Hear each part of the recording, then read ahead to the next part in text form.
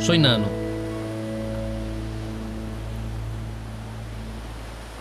Comencé a practicar el juego del palo en el año 93, al volver de Fuerteventura, donde emigré para trabajar en la construcción, como tantos otros en esa época.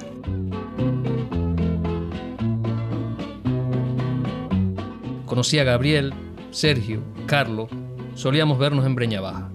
Ellos formaron el club Grupo Galguén, después de haber recibido un curso impartido por un maestro de juego del palo de Garafía. Una de nuestras actividades era realizar exhibiciones, y un día fuimos invitados a participar en un homenaje en honor a nuestro maestro. Allí le conocí, y comenzó una relación que dejó en mí una profunda huella. La marca inconfundible de un maestro, como lo fue don Tomás Hernández Medina. Levántate, compa y Simón, vamos a enyugar los bueyes. Mírate, ya sale el sol por los lejanos materiales. Levántate, compa y Simón.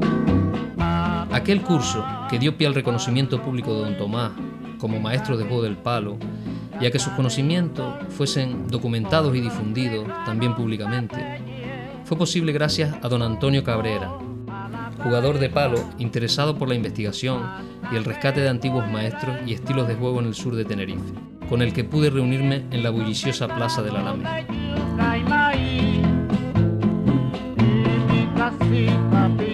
Entonces, Antonio, ¿cuáles fueron los motivos que te llevaron realmente a investigar sobre el juego del palo en la isla de La Palma?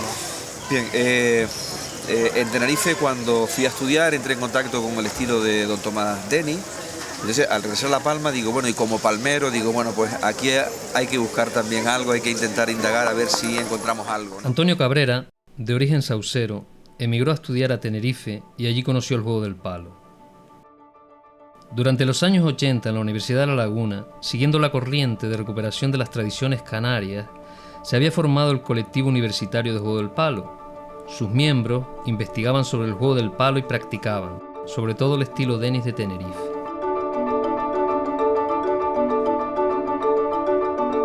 El juego del palo en Canarias procede de sus primeros pobladores. Se estima que fueron llegando procedentes del norte de África, en varias oleadas, a partir de la segunda mitad del siglo I, antes de la era cristiana.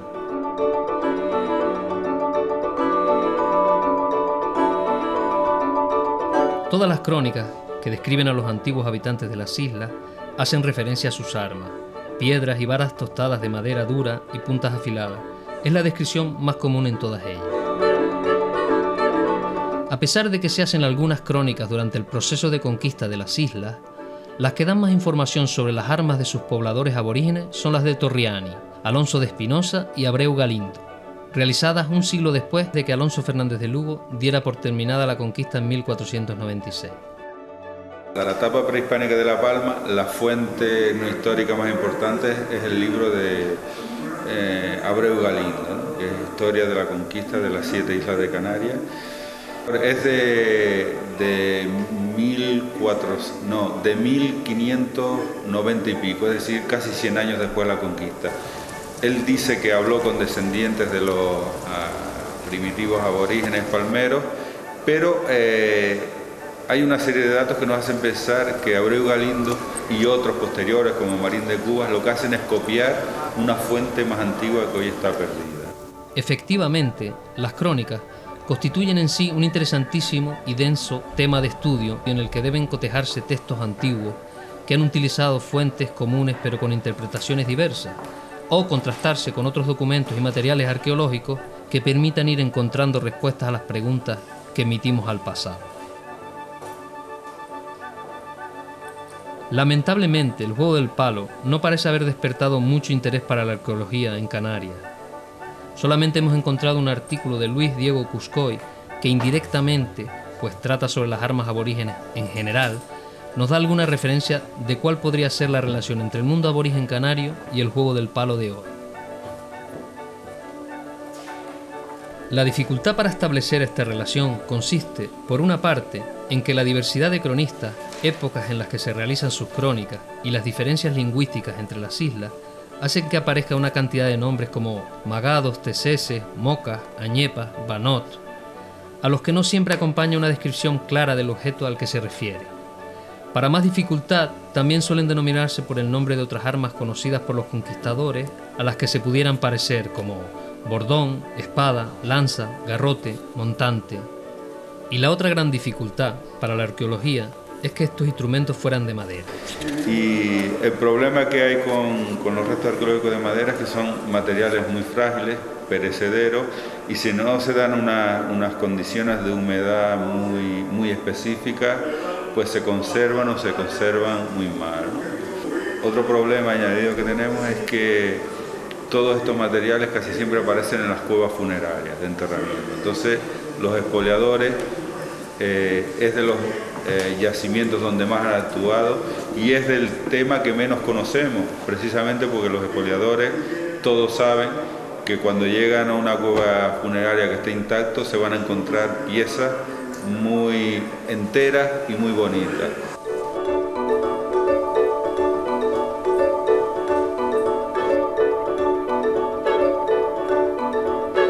Los aborígenes utilizaban distintas piezas de madera, en formas de varas, lanzas o palos, a veces rematados con cuernos afilados.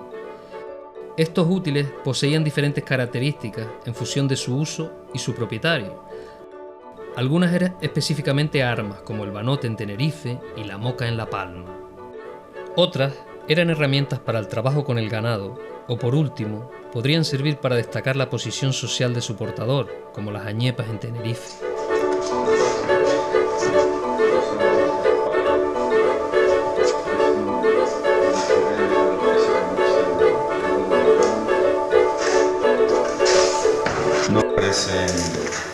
No son lanzas para asalto del pastor, tampoco parece que sean, a mí por lo menos, como para hacer palos de apoyo, ¿no? Para caminar, incluso me parece hasta muy pequeño. Este, por ejemplo, está entero, como puedes ver, está cortado por aquí, sin embargo este sí está partido. Está claro que los hizo el mismo porque la técnica, sobre todo aquí en esta zona, es exactamente igual, el corte y demás. Lamentablemente no se sabe exactamente de dónde son, pero lo que sí me parece a mí que es bastante claro es que son de una cueva de enterramiento. Bueno, la madera, tenemos estos cestos que son de junco, parece. Luego, estas de aquí son las famosas boomerangs o croces. No se sabe, lo que sí, no se sabe exactamente de dónde son. Se cree que dos son de Breña Alta y otras dos de los Sauces, y al parecer aparecieron junto con momias, ¿no? Entonces las crónicas te dicen que estaban así con los brazos cruzados y en cada mano tenía uno. Entonces, en comparación con los egipcios, se ha dicho que sí era una especie de símbolos de poder en otras culturas, pero también se ha hablado que era una especie de arma, de elementos musicales entre el choque, pero Estas piezas de la cultura material vegetal o de madera que acabamos de ver no parecen coincidir con las descripciones de las crónicas sobre las armas de los aborígenes. Más bien, como ha sugerido Pais, parecen pertenecer a ese tipo de piezas cuya finalidad es la de destacar la posición social de sus dueños, aunque caben otras hipótesis. Según Cuscoy, la descripción etnohistórica más clara y contrastable con los materiales arqueológicos es la de los banotes en Tenerife, una especie de jabalina empleada como arma arrojadiza. Este tipo de arma es mencionada para destacar la habilidad de los aborígenes de otras islas, como La Gomera, lanzando este tipo de dardos, como también se les suele llamar. Para el caso de La Palma, no es fácil deducir de las distintas crónicas que la moca, mencionada por Abreu Galindo como el arma propia de los benaguaras, fuera o no de este tipo de arma. Abreu Galindo solo las describe como varas tostadas. Torriani afirma que las mujeres eran más valerosas que los hombres y que peleaban con piedras y varas largas, pero Gaspar Frutuoso menciona lanzas y dardos, además de una vara larga. En ocasiones se mencionan armas usadas para golpear, a veces descritas como espadas cortantes, otras como garrotes con mazas en los extremos. Nos referimos concretamente a Gran Canaria, donde Abreu Galindo distingue entre las modagas, varas puntiagudas tostadas, y los magados, garrotes con porras a los cabos. Y las varas aparecen, tenemos una muy bonita, diferente a esta, por cierto, que está allá en el Museo Arqueológico de Benabarita, que apareció en una cueva de enterramiento del Barranco La Baranda, en Timizar, Antijarafe. El tamaño es un poquito más grande que esta, en torno a 1,20 más o menos. Es una madera totalmente diferente, mucho más pesada. El grosor es un poquito más, pero la madera es más pesada. Parece que está como abusada por ambos extremos. Y vamos, ese sí que no hay ninguna discusión, que apareció en una cueva de enterramiento. ¿Cómo pasó en una cueva? No es difícil suponer, como hace Cuscoy, basándose en datos arqueológicos, que una misma persona podría llevar varios de estos tipos de armas al mismo tiempo, como parece también sugerir el testimonio de Gaspar Frutuoso para La Palma. Las crónicas te dicen que los palmeros eran muy belicosos, que estaban permanentes en guerra y tal. Se robaban continuamente el ganado. Entonces, además te dice que cuando alguien robaba el ganado y pasaba a otro cantón, ya no le podía hacer nada y esa persona se consideraba un héroe, ¿no? Entonces, los palos estos, que tenía que desde lanzas, varas de todas las formas, de todos los tamaños, aguzados, sin aguzar, quemados, sin quemar. No solo era un elemento para ayudarles a transitar, pues está claro que por un medio natural bastante escabroso y difícil, sino que luego tenía que ser también un método de defensa o de lucha para defenderse de los que venían a robarle el ganado. Este tipo de armas contundentes, a las que se puede añadir la Asunta de Tenerife, mencionada por Antonio de Viana en sus poemas del siglo XVII, se usan como espadas tomadas por el puño o con las dos manos. Torriani y otros mencionan que con ellas practicaban una especie de esgrima. Pero es Torriani quien aporta el dato más significativo para el juego del palo, pues no solo describe una especie de encuentros, digamos, amistosos, que Galindo interpreta como ceremonias de paso a un estatus superior, donde los aborígenes de la isla de Gran Canaria practicaban esa especie de esgrima, sino que acompaña su descripción con un grabado. Cuando dos canarios se desafiaban a duelo, iban al lugar señalado para ello, que era una plazoleta alta, que en cada extremo tenía una piedra llana, grande tan solo cuanto podía mantenerse encima de ella un hombre de pie. Primeramente, cada uno de ellos se ponía encima de su piedra, con 3 piedras en la mano para tirárselas, y con 3 más de las que servían para herirse, y con el bastón llamado magodo o amodegue. Primeramente se tiraban las piedras, que hurtaban con destreza, meneando el cuerpo sin mover los pies. Después bajaban en tierra y se enfrentaban con los magodos, esgrimiendo y buscando cada uno su ventaja, como se acostumbra entre nosotros, y con el furor, llegando a brazo partido, se herían con las 3 piedras delgadas que llevaban entre los dedos de la mano izquierda. Y cuando uno reconocía que había sido vencido por el otro, gritaba en voz alta, «Gamá, gamá», que en nuestra lengua significa «basta, basta». Y este es el testimonio más claro respecto a una práctica parecida a lo que hoy conocemos como el juego del palo entre los antiguos pobladores de las islas.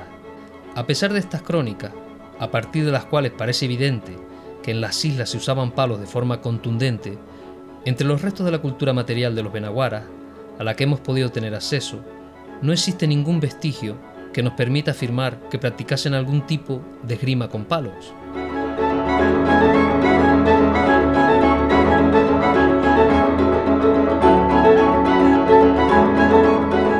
El origen norteafricano de las primeras gentes que poblaron estas islas parece indiscutible. Poco a poco se han ido encontrando más vínculos con la extensa etnia Amazigh. El área de expansión Amazigh se estima que supera más de 5 millones de kilómetros cuadrados. Se han encontrado vestigios de esta etnia ancestral desde la península ibérica o Sicilia hasta el río Níger y desde la península del Sinaí hasta la isla del Hierro. Sorprenden similitudes lingüísticas, toponimias y nombres de tribus como los canarí o los gomara. En Libia se han encontrado inscripciones similares a las encontradas en el Hierro y así muchos ejemplos más.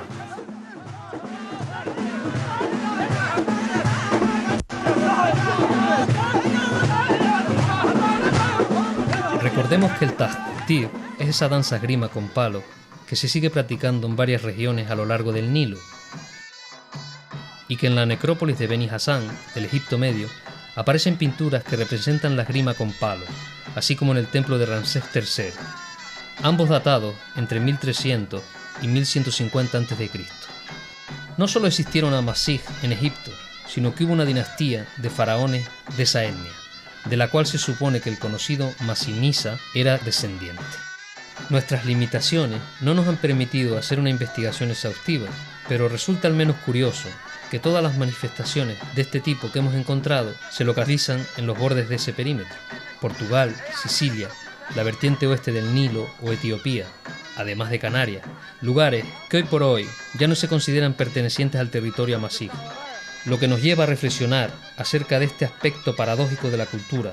Por una parte, se nos muestra fácilmente hibridable, maleable, en movimiento constante. Por otra parte, es capaz de mantener costumbres por miles de años. Solo son hipótesis atrevidas, pero pensemos que es conocida la tradición guerrera de estos pueblos del norte del continente africano, asediados constantemente por todos sus vecinos o con sus propias iniciativas conquistadoras. De hecho, de esa tradición guerrera y de resistencia contra el Imperio Romano surge una de las hipótesis de cómo se poblaron las Islas Canarias, ya que uno de los castigos practicados por los romanos con sus enemigos era la deportación a las islas.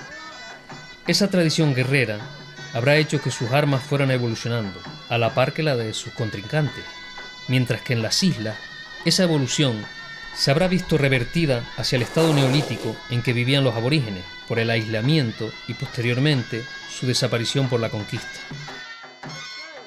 Sería muy interesante poder establecer un vínculo más claro entre el uso de las armas descritas entre los aborígenes canarios y los norteafricanos. La práctica del juego del palo tal vez vería así mejor reconocida la dimensión histórica y cultural que parece tener.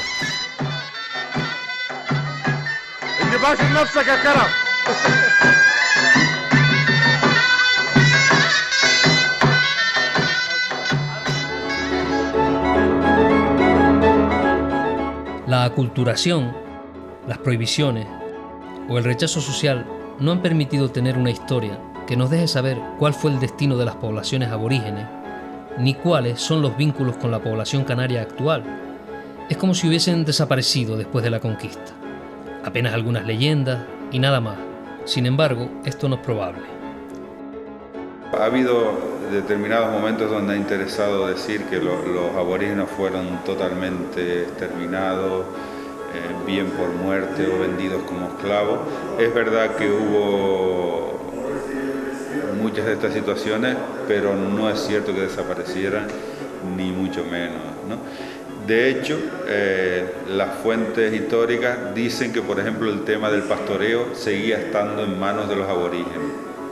Todos los datos dicen que los conquistadores lo único que caminaron fue la mitad sur de la isla, a la zona del norte, es decir, del Time hasta Tenagua prácticamente que no estuvieron, ¿no? Eran lo que se llamaban también bandos de paz, ¿no? Que aceptaron la llegada o dominación de los conquistadores.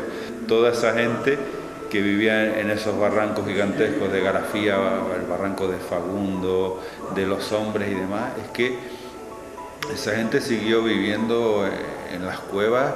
Yo estoy convencido que cientos de años después de la conquista, ¿no? Bueno, hasta los años 60 se sabe de gente que seguía viviendo todavía en las cuevas. Durante los siglos posteriores a la conquista, se sabe de la participación de descendientes aborígenes en las milicias que, usando palos, defendían las islas de los ataques por mar. También es conocido a través de testimonios y grabados que el campesinado canario se acompañaba siempre de sus latas, varas o palos. Entre los cabreros es típico el uso de estas herramientas con denominaciones diferentes en cada isla: lanza, hastia, garrote, vara, y aunque los testimonios sobre este tipo de costumbres desaparecen hasta el siglo XIX, lo que puede achacarse al rechazo de la cultura aborigen por los nuevos pobladores, la aceptación de los líderes aborígenes del nuevo orden impuesto y a las prohibiciones que se dictaron de portar palos en ciudades, es aceptado por la mayoría que estos conocimientos se transmitieron en secreto, a la vez que otras costumbres en la utilización de esas herramientas. Creo que uno de los colectivos que más ha guardado fielmente las tradiciones heredadas del pasado es precisamente los pastores. No solo en lo que, como te decía antes, las rutas pastoriles, los campos de pastoreo, las medicinas naturales para curar las enfermedades de las cabras, la alimentación. Los pastores hasta el otro día seguían comiendo exactamente lo mismo que los aborígenes, es decir, queso, gofio, leche, higos pasados si los tenían y poco más, y fruta y lo que conseguían del medio natural. Los abrigos pastoriles, sin ir más lejos, las viviendas siguen siendo exactamente iguales. De hecho, en los bordes de la caldera se ve claramente como la base de los abrigos pastoriles es prehispánica, que se ve sobre todo aunque los muros son muy anchos, y se ve los restos de cerámica, por ejemplo, las piezas líticas prehispánicas, y luego te encuentras todos los desperdicios históricos, desde suelas de zapatos, latas de sardinas, y luego relacionado con el tema de las varas y lanzas del pastor, se continuaron todos los métodos de obtención, porque para hacer una lanza de pastor hay que saber cuándo se corta, no es lo mismo que sea en el avisero que en la solana, vamos, es todo un ritual, ¿no? Los cabreros saben perfectamente cuál es la mejor madera y para qué sirve, unas más duras, otras más flexibles, cuál es mejor para hacer un fuego, porque la llama es más, tarda más en echar.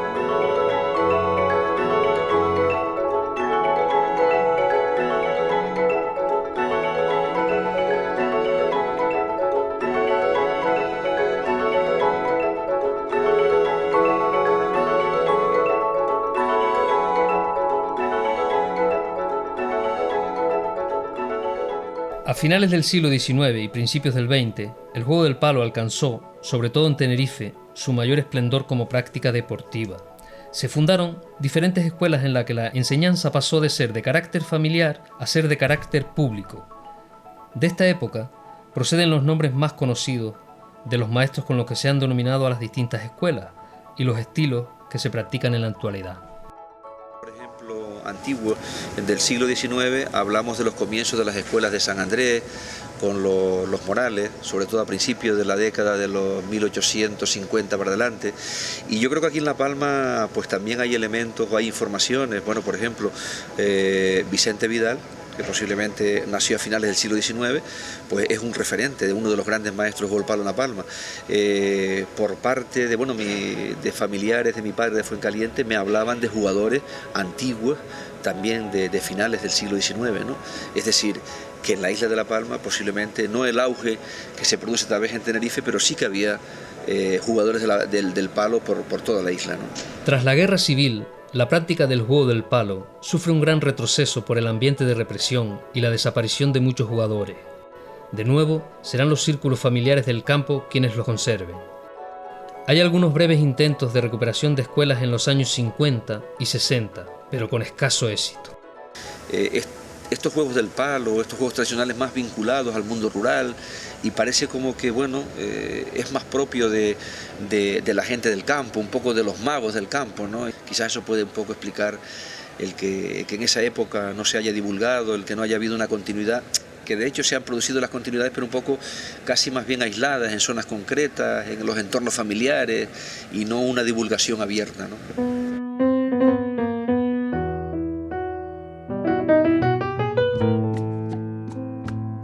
Hasta los años 70, con el resurgir del interés por las antiguas tradiciones, no vuelve a recuperarse la práctica de este deporte, tal como lo conocemos hoy. Antonio Cabrera, motivado por esa corriente de recuperación de costumbres autóctonas, durante la segunda mitad de los 80, al regresar a La Palma los veranos, hizo algunas averiguaciones sobre antiguos practicantes del juego del palo de esta isla, siguiendo las referencias que le dio su propia familia sobre un señor de Punta Gorda llamado Vicente Vidal. Empecé a preguntarle en Punta Gorda, al final encontré a una hija de don Vicente Vidal, su nombre Vicente Rodríguez Pérez, doña Pilar y su marido don Faustino, que también había sido jugador de palo, pero de otro estilo distinto. Don Faustino, que era casado con una hija de don Vicente Vidal, me hablaba de un palo más grande que el que utilizaba Vicente Vidal, un palo que llegaba casi a la altura del hombro y que se cogía por el centro con las dos manos. Doña Pilar me habló de su padre, de Vicente Vidal. En ese momento estoy hablando yo del año 85, 1985, y me decía que su padre hacía como 20 años que había muerto, ¿no? Me acuerdo de don Vicente, vagamente, pero me acuerdo. Era un señor pequeñito, delgadito. ¿Usted le conoció a don Vicente? Sí. ¿Y vio alguna vez a don Tomás y don Vicente jugando? Sí, en San Antonio del Monte los vi varias veces jugando, que iban a jugar abajo a veces. ¿Para la fiesta? En la fiesta, y sin ser en la fiesta iban... A entrenar allí también. Porque don Vicente iba a casa de él y a casa de nosotros iba mucho. Venía de Punta Gorda, aquí se quedaba en casa y eso. Y ellos tenían amistad porque esa gente vino y estuvo viviendo por allí cerca. Cuando en las épocas que Punta Gorda y Tijarafe era fatal para vivir, que había mucha seca y no, o sea que no, no se podía coger comida ni había modo, entonces para criar un animal y para lo que fuera se venían. Incluso tenía cabras, don Vicente. También. Y a lo mejor las llegó a tener, ya tanto como eso, pero me parece a mí como si llegó a tenerlas ahí. Pero por lo menos yo lo que sí sé es que estuvo ahí temporadas, que no era venir hoy e irse mañana, ¿no? No, que se quedaba. Que se quedaba ahí, sí. Se ponían en machín, hacían una hoguera, si no el palo de la hoguera por la noche, cuando hacían una ayer. Toda esa historia. Yo me imagino que tenía que ser algo bonito. A mí bonito, desde luego, a mí me gustaba. Claro. A mí me gustaba por ver cómo se defendían y cómo... Porque me parece que en aquellos juegos que tenían le podían dar un palo a uno y... Sí. También me contaba cuando Vicente Vidal se fue a Cuba. Tenía un negocio con los negros. Le llamaban Abre Corazón. ¿Cómo lo llamaban? Abre Corazón. Sí, si te cabreas con él, lo desafiaba, con la mocha te cortaba el corazón en dos. Me contaba esa historia de que el negro lo cita en una guardarraya. ¿Sabes lo que es una guardarraya en Cuba? No.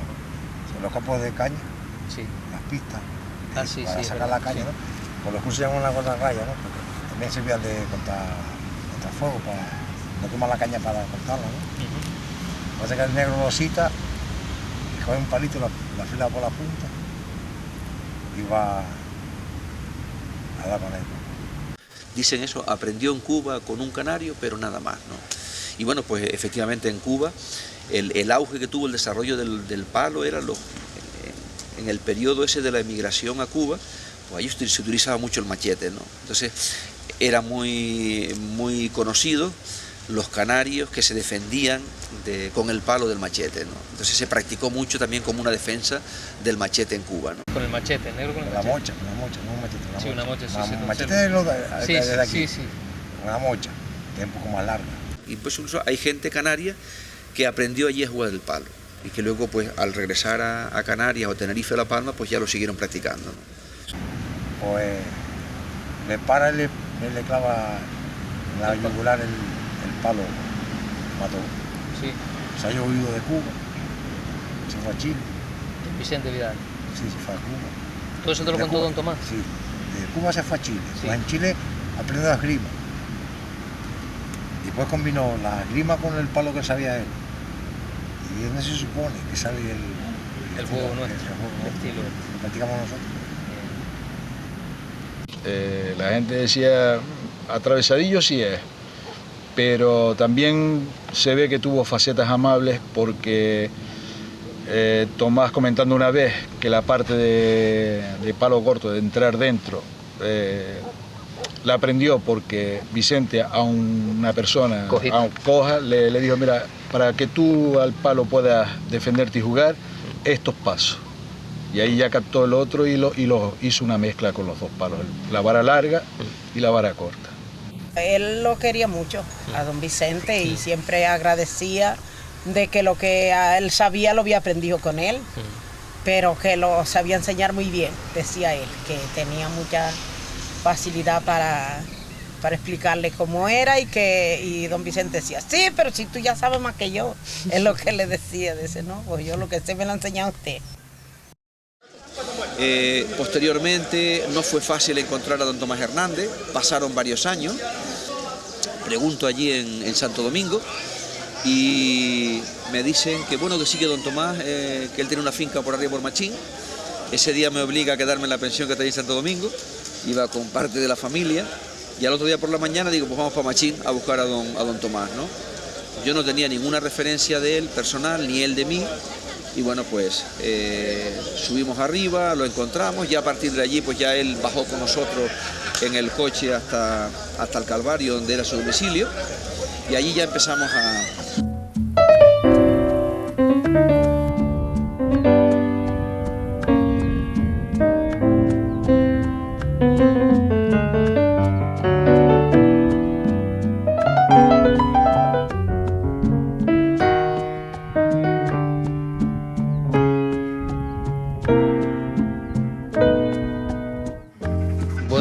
Pues estamos aquí en un sitio que como usted sabe, para usted también será bastante especial y a mí me trae muchos recuerdos y con mucho cariño, especialmente esa habitacioncita de allí, que es donde don Tomás siempre, cada vez que llegaba, era lo primero que abría la caja de tea que tenía ahí y siempre ofrecía los higos pasados, que era típico de él.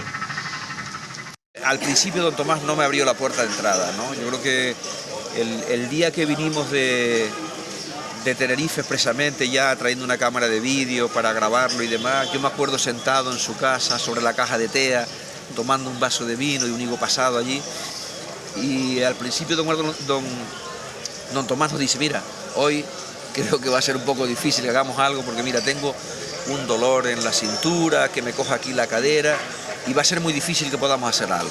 Estuvimos como 2 horas comiendo, charlando y hablamos de todo.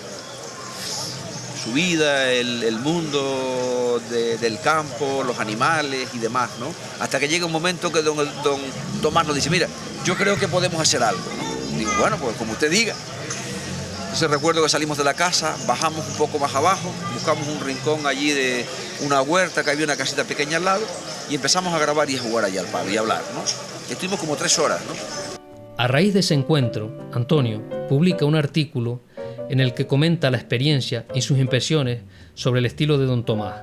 Eso hace que alguna gente se acerque a la casa de don Tomás para que les enseñe su estilo de juego y al mismo tiempo que don Tomás le pida consejos a Antonio al respecto. Fue entonces también cuando intentamos hacer una gestión con el Cabildo para organizar aquel curso primero que se hizo. Yo veí que era difícil, claro, montar un curso allí era como muy limitado, ¿no? Entonces, trasladar a don Tomás, sacarlo de Garafía para traerlo a Santa Cruz de la Palma, para que diera un curso, me parecía que era un reto, ¿no? ¿Pero lo conseguiste? Lo conseguí, sí. ¿Cómo llegaste a esa motivación? Yo creo que la clave fue, me costó en el Cabildo, contacté con la gente que estaban en el área de deporte, encontré a Antonio García, que era coordinador de deportes en aquel momento. Don Tomás es una persona con más de 70 años, que conoce un juego tradicional y debe tener un trato diferente. Yo recuerdo hablar un largo tiempo con Antonio García para que, y al final, yo agradezco muchísimo que supo captar que a don Tomás había que tratarlo de otra manera.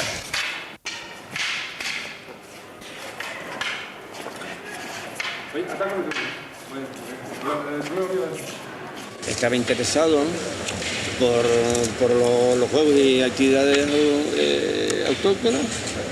Hombre, y se me brindaba la oportunidad de conocer además una modalidad de palo de La Palma, lo que constituía pues una experiencia novedosa y además tremendamente interesante, ¿no? Que se hacía, si mal no recuerdo, una semana, estamos hablando del primer trimestre de 1990, fue el curso, terminó en abril. Entonces, una semana parece que se impartía aquí en Santa Cruz de la Palma, en un colegio que estaba aquí cerca, y de otra semana era en un colegio en Los Llanos. Y la participación, la verdad que no fue demasiado. Casi todos éramos maestros docentes, pero habríamos como 8 o 10 alumnos por ahí. No habíamos muchos más. Él en principio no quería entrar ni a enseñar ni a nada, estaba reservado con su tema. Nos contó que sus reticencias a impartir el juego del palo obedecían al miedo, eso es verdad, que tenía, porque tú sabes que los jugadores de palo en su momento, en la dictadura, fueron tanto perseguidos y demás, Y él, bueno, sí, me contaba que cuando salía, que fue cabrero, y cuando salía, porque él solo seguía practicando su técnica y demás. Luego que me detecté, entonces empezó, yo, pero ¿y esto? Pues esto es que sabe el chico, y ahí empecé a...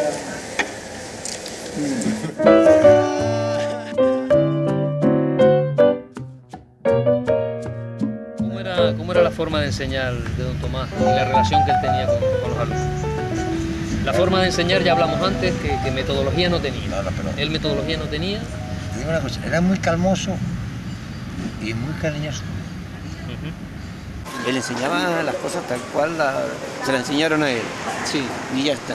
Sí, yo recuerdo que una vez le pregunté a don Tomás y no hacemos un pequeño calentamiento de la muñeca, y él cogía el palo y me dice, mijo, yo para hacer esto, sí, la verdad que no me hace falta. ¿Y sabes lo que ha sido? Cuando tú estabas en un sitio equivocado, ¿no? Tenías la costumbre. Te cogía la mano por aquí, te cogía la mano por aquí. Él te movía, no te hablaba. No, realmente no te movía a ti, se movía a él. Pero para decirte dónde debería estar tú. Tienes que estar aquí, él te cogía y en vez de mover a ti, se ponía por allí y se ve que no está bien. Tiene una filosofía muy tierna en ese aspecto. O sea que no era nada. No peleaba, no levantaba la voz. Claro que no. Yo era muy calmoso, muy... Pues yo creo que. Ahora, pues de dar muchas explicaciones no era. Con su juego era así también. No era de dar muchas explicaciones, no era, sino. Han llegado los gestos y decían, pum, pum, ¿lo viste? Otra vez. A la tercera vez iba con otro alumno. Si no lo pillaste, estudialo, ¿no? Sí, estudialo. A raíz de este curso ya, don Tomás continuó las enseñanzas en grafía, me parece que era un centro cultural que había allí. Yo hablé con en aquel momento el alcalde, que era Abilio, y don Tomás siguió enseñando allí pues su juego, su estilo de juego, ¿no?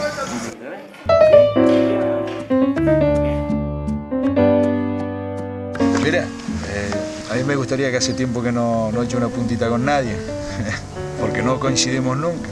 ¿Podemos echar una hoy? Pues sí, encantado, cómo no.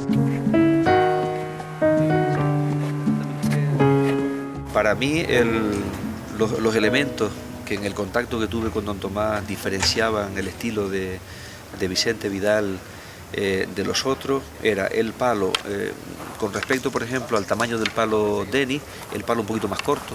Don Tomás decía que llegara un poco a la altura de la cintura. Una diferencia para mí clara era los desplazamientos, es decir, don Tomás decía para atrás nunca, siempre lateralmente y buscando la espalda del otro compañero de juego. Usted detrás no sabe lo que hay, y cuando piensas bien, esta gente que jugaba en cualquier sitio, en una huerta, en un camino, dice, usted por atrás no ve nada y usted para atrás no puede caminar, se puede caer solo. Usted siempre gire y buscando la espalda del otro. Para mí es una característica, porque el estilo de don Tomás Denis, el desplazamiento es hacia atrás, hacia adelante, ¿no? Otra característica para mí, el cambio de mano. Es decir, la cuadra derecha, la mano derecha delante, o la cuadra izquierda, la mano izquierda. Entonces cambiaba, aunque en algunos momentos también cruzaba las manos. Pero este cambio de mano me parece una riqueza importante del estilo de don Tomás o estilo Vicente Vidal. Otra cosa también importante es la colocación de las manos, es decir, de las dos manos, una está fuertemente cogiendo el palo y la otra mantiene la mano semiabierta, ¿no? Y don Tomás en un momento determinado me decía que esto era para intentar, era como una especie de predefensa para que no le quitaran el palo. Don Tomás dice, si coges el palo fuertemente, sobre todo en las posiciones de atajado de punta, que pasas las manos al centro del palo, si aprietas fuerte y te enganchan, dice, te quitan el palo. Y cuando tienes una mano, el palo, cuando te enganchan, el palo sale por otro lado y no te lo quitan. Entonces, bueno, cuando ves las fotografías que hemos visto, que tiene el palo cogido, casi tiene una mano siempre el palo descansando, la mano semiabierta, y esto es una característica que yo no he observado en ninguno de los estilos que tengo conocimiento que existen en otras islas de Tenerife, ¿no? Era un juego que utiliza mucho también esquivar con el cuerpo, con los desplazamientos, ¿no? Y para mí son elementos que enriquecen mucho el juego y diferenciadores de otros estilos, ¿no?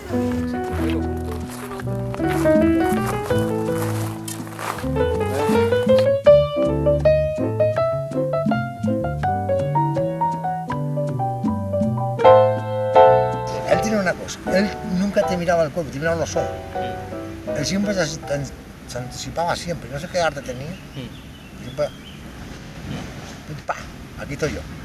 Cuando él iba y jugaba al palo, cuando él llegaba, eso te contaba de todo. Sí, porque venía eufórico. O sea, venía como con la sangre caliente, ¿no? De ver jugado al palo. Y te decía, a lo mejor te decía, yo lo hubiese hecho así, porque yo, ¿sabes? Siempre él...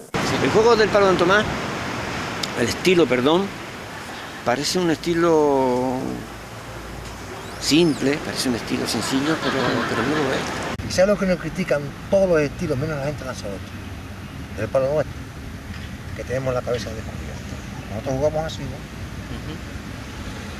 Yo utilizo, me cubro cuando me interesa. Y cuando no me descubro, para hacerte la magada.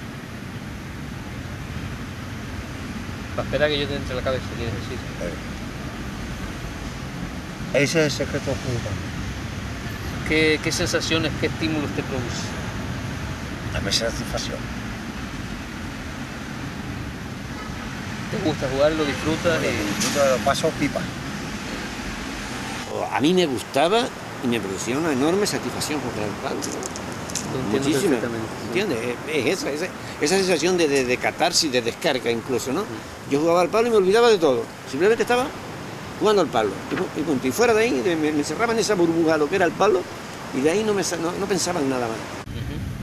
Te da confianza en ti mismo, o sea, te da tranquilidad, te da paciencia, te da sabiduría. Para mí ha sido así. Para jugar al palo hay que ser tremendamente coordinado, esa es otra.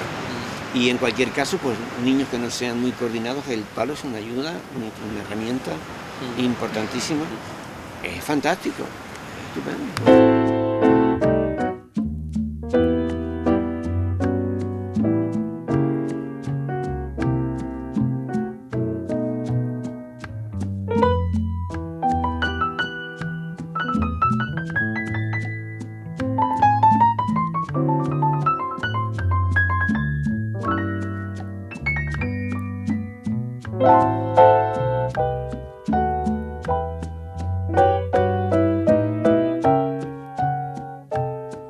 ¿En qué momento o cómo es tu inicio de contacto con el juego del palo de Don Tomás y luego con él directamente? Porque tengo entendido que después al final incluso practicaste con él.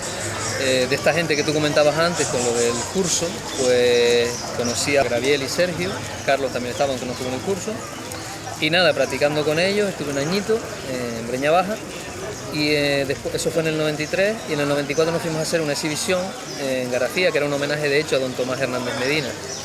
Cuando yo le recogí, que fue el homenaje de él en San Antonio del Monte, le recogí aquí con mi furgoneta, fue la primera vez que vi a Don Tomás. Y yo venía con Don Cristín Feo, que es un maestro que murió también hace 2 años, que es un maestro jugador de palo de Lanzarote, del estilo conejero. Y entonces Don Tomás aquí debajo, cuando estábamos sentados en la baranda, al lado de su casa, él decía, yo si hay que hacer algo lo hago aquí, yo arriba con la gente y eso no. Entonces nada, no se hizo nada porque tampoco. Subimos para arriba y el homenaje, él no jugó, jugamos los chicos, con los que yo aprendí, que aprendieron con él y luego ya, pues yo, y ahí fue donde ya empecé yo a hablar con él después en la comida y tal. Y cuando terminó eso, que nos fuimos por un callejoncito ahí esperando para la comida, Don Cristín Feo, el maestro Lanzarote, le cogió el palo y le dijo, sí, pero yo le estaba viendo un palito a estos chicos que me pregunto si usted me viene así, yo le hago así, y le hace Don Cristín Feo así, y en lo que le hizo así, Don Tomás, que estaba apoyado en el bastón, ya le tenía el palo de él metido debajo antes que, o sea, le respondió la pregunta antes de Don Cristín preguntar, ¿no? En paz descanse los dos. Y cuando terminamos ya de comer, había una comidita, y entonces Don Tomás me dice, Nano, cuando eso me llamaba Bernardo, y tú vamos a ver una cosa, tú te gusta el palo y tal, empezamos a hablar y seguimos un ratito hablando y me dice, pásate un día por casa, tráete unas varitas y echamos una punta, ¿no? Entonces yo lo hice, de hecho, y me fui para allá un fin de semana y me tuvo 5 horas, que es por lo que uno de los detalles que yo le identifico como maestro, porque para mí un maestro abarca algo más, no es solo técnicamente, sino es una persona que transmite cosas a diferentes niveles, y ese es un ejemplo de los tantos que tenía Don Tomás, de su forma de transmitir, ¿no? Y era el hecho de que me tuvo 5 horas leyendo poesía, a veces leía él, en general leía yo, y a veces me parecía que hasta me estudiaba cuando yo leía, no lo sé, me daba esa impresión y de allí, bueno, pues sí, tal fue así, que yo no había leído poesía hasta ese momento y salí de allí y me compré el libro, me gustó, me encantó el tema. Le gustaba mucho leer, mucho la poesía también. Sí. Como como autobiografía, le gustaba el punto cubano. Sí. Yo me acuerdo de escribirle algo, ¿no? Y se emocionaba mucho.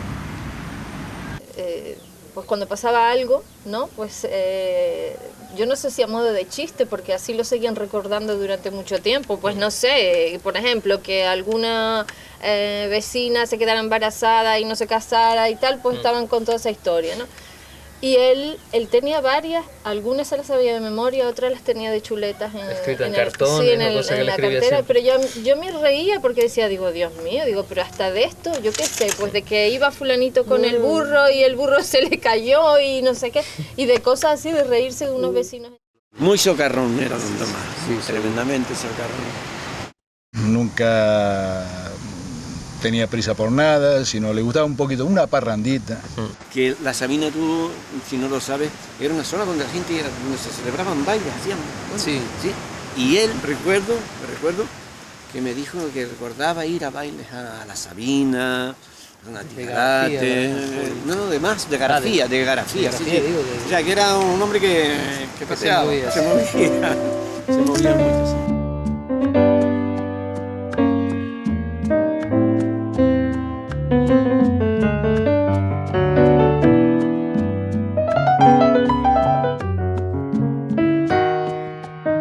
Para ser de aquí, del campo, de donde no había ni colegios ni nada, pero como ellos vivían abajo por el invierno, hasta sabía bastante, no como un maestro ni nada de eso, pero sabía bastante leer y escribir. Le gustaba escuchar las noticias y luego siempre tomaba nota de palabras que no entendía o de cosas que él quería saber, ¿no? Porque las escuchaba y no tenía una explicación.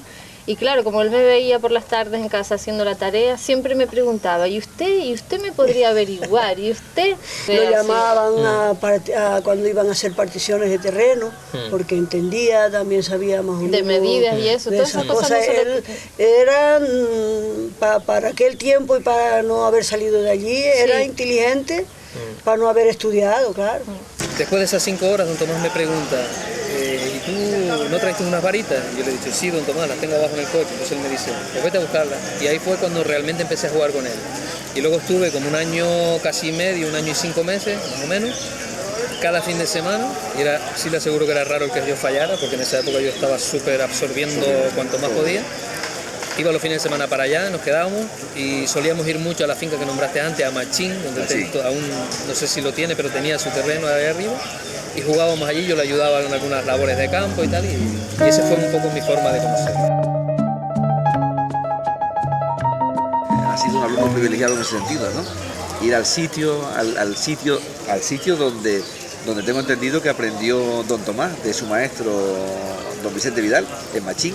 No podía ser mejor enclave porque el entorno era ideal, y de hecho él siempre me decía, yo recuerdo siempre me preguntaba, casi siempre cuando terminaba una punta allí, me decía, ¿y a ti no te gustaría vivir en un sitio así tranquilito, con tu mujer tranquilito? Siempre me hacía esa preguntilla, ¿no? O sea, Él más bien siempre le restaba importancia al juego.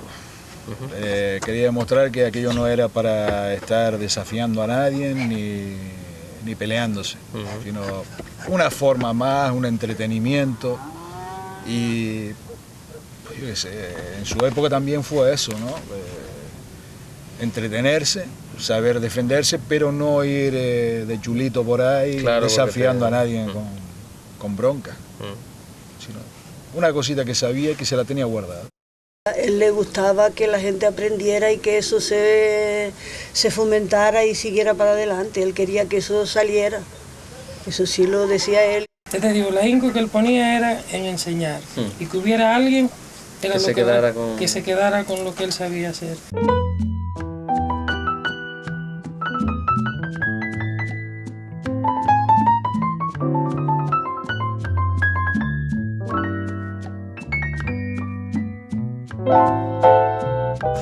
Yo creo que, visto un poco en la distancia, el resultado fue positivo. O sea, ya que don Tomás salir de Garafía y enseñarle, pues ya un poco en la isla empezó a conocerse que había un juego de palo de La Palma y que había un maestro, ¿no? Eso fue importante.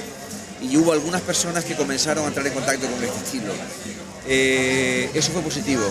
Pero 35 años después, que tengas que seguir haciendo una exhibición como si fueras un elemento extraño al pueblo canario, cuando es algo que pertenece a sus raíces culturales, es como algo contradictorio y parece que evidencia que las políticas culturales y educativas todavía no han sido capaces de incorporar esos elementos, ¿entiendes? Que es donde tienen que estar. Los contenidos canarios están incluidos desde la Consejería en el currículum, dentro de los contenidos que hay que impartir en las clases de educación física, son contenidos canarios, ¿no? Pero volvemos a lo mismo, es básico y elemental que el profesorado esté cualificado y que conozca ese contenido, porque si no lo conoce no hay nada que no hacer. puede impartir. Y el problema es que la mayoría del profesorado de educación física no los conoce, pero no tiene un dominio sobre esos contenidos. Y lo mío es una casualidad, y lo que es porque peor, me gusta. El Cabildo de Fuerteventura y de Lanzarote, de Gran Canaria y de Tenerife, especialmente Fuerteventura y Lanzarote, que han dado un apoyo tremendo y hay gente no solo viviendo de eso, sino transmitiendo hace muchos años, y hay unas escuelas increíbles y hay unos grupos tremendos, pero claro, tiene un reconocimiento y aquí no está esto reconocido para nada. Yo no, es minoritario, vale, es minoritario, pero a lo mejor es que no se ha impulsado lo suficiente, porque yo llego allí con los chicos, mira, con los chicos de primero, por ejemplo, este año, ojo, maestro, el juego del palo, Bernardo, yo, cuando llevamos 2 o 3 sesiones, los chicos que ya estaban encantados. Claro. Hombre, al final, a lo mejor habían, de 100 niños, pues habían 20 encantados con el juego de palo. Eso es el 20%, que no es claro, poco, no es poco, claro. Que es un montón. Claro, la historia está en coger ese 20% y meterlo en una escuela específica, concreta, pero claro. Pero es que estamos estancados. Estancados ellos, el Cabildo y nosotros. Nosotros porque no salimos como jugadores de palo. Y ellos porque no salen de lo que está encasillado, que es fútbol sala, baloncesto. Impulsan otras modalidades deportivas que dan más votos. Claro. El juego del palo no da votos. Y ya está. Y no hay otra historia. Pero sin embargo sí se vende mucho el eslogan de lucha por lo nuestro, rescata lo nuestro. Eso es, sí. Eso en la primicia electoral va en letras grandes en cualquier tipo de evento. Un niño que va contigo por la tarde a jugar al palo. ¿Dónde va este con el palo? Este tío está loco con el palo. Ese niño, el mismo niño. O con el palo o con una ropa de brejas de lucha canaria. Ese mismo niño va con un kimono porque va a hacer judo. Joder, y eso es una pasada. No, voy a judo, no veas, Sí, es verdad. Cierto, ¿entiendes? Muy cierto, muy cierto. Sin embargo, si va a jugar palo, eso es una cosa de magos, está loco, este tío está loco, pero ¿cómo se le ocurre eso? ¿Entiendes? Sí, totalmente. Entonces, la sociedad tampoco, quiero decir con esto, que la sociedad no valora en realidad la importancia que tienen estas manifestaciones. Porque creo que lo que no podemos seguir es lamentando la pérdida de personas mayores sin que le hayamos podido dedicar el tiempo suficiente y los medios para rescatarlos, para que puedan transmitir sus enseñanzas. Y el trabajo que se ha hecho aquí, muy valioso de personas individuales, se ha hecho porque esas personas han valorado eso y han sacado su tiempo, y a veces con escasos medios, con escasos recursos, ¿no? Y que esa situación la tengamos todavía hoy, para mí es lamentable, ¿no? Y creo que las autoridades deberían ser más sensibles, incorporar esto de una vez ya a las enseñanzas, a los presupuestos, y que nos tengamos, digamos, pidiendo de favor, oye, mira, ayúdenos para sacar esto adelante, para no perder las señas culturales, ¿no? Bajo su punto de vista, para usted, ¿quién fue don Tomás Hernández Medina? Para mí un maestro de juego del palo. Efectivamente, Vicente Vidal fue un maestro, sobre todo por lo que cuenta la gente, ¿no? Pero también don Tomás Hernández para mí ha sido un maestro extraordinario. Yo recuerdo su sorpresa. En su artículo, Antonio Cabrera expone estas notas biográficas. Don Tomás Hernández Medina nace en El Calvario, municipio de Garafía, el 18 de septiembre de 1917. Tenía entonces 72 años. Su profesión fue la agricultura y el pastoreo entre El Calvario y Machín, los 3 meses de invierno en la costa y el resto del año en el monte.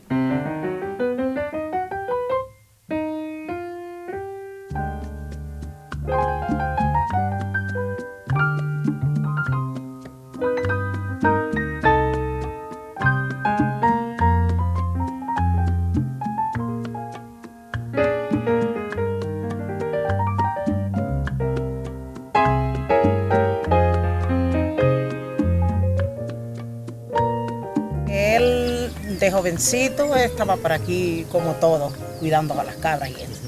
Y después... Sí, porque él era ganadero, realmente tenía cabras. Sí, también. él tenía cabras y tenían ganado, que aquí no había otra vida, eso Claro, es lo que había. sí.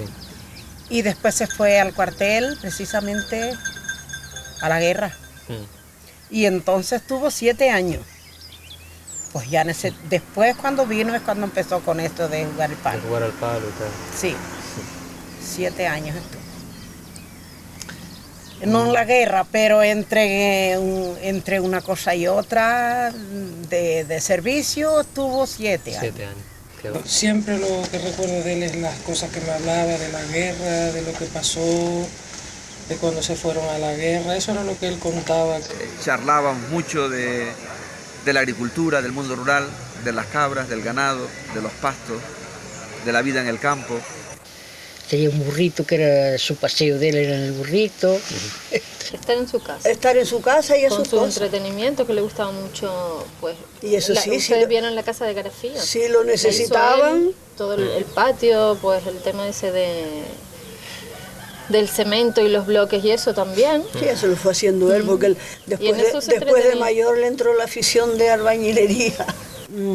Él era muy cariñoso, era bueno, lo que pasa es que tenía pues, un poquito de que no le gustaba que nadie lo molestara, que, en fin, le gustaba la tranquilidad.